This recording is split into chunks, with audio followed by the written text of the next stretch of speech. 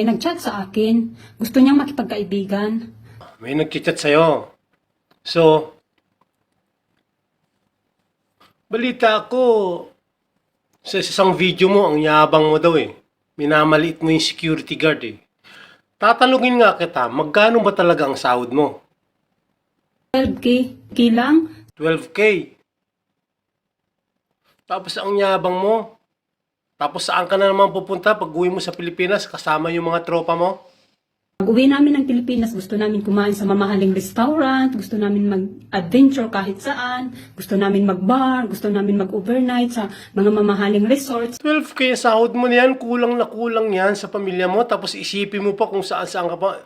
Gusto mo pa mag-gimmick-gimmick kayo ng mga tropa mo.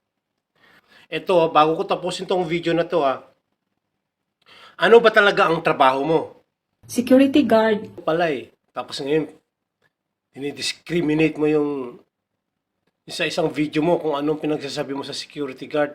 Tapos ikaw pala security guard. Tapos ikaw pala totoong 12K ang sahod. May buo siyang video dyan guys. Panoorin nyo na lang. Kayo na lang ang mag-react kung ano nga talaga siya.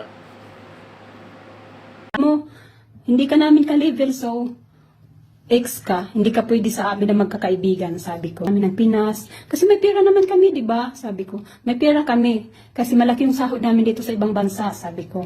Kaya hindi ka pwede makipagkaibigan sa amin.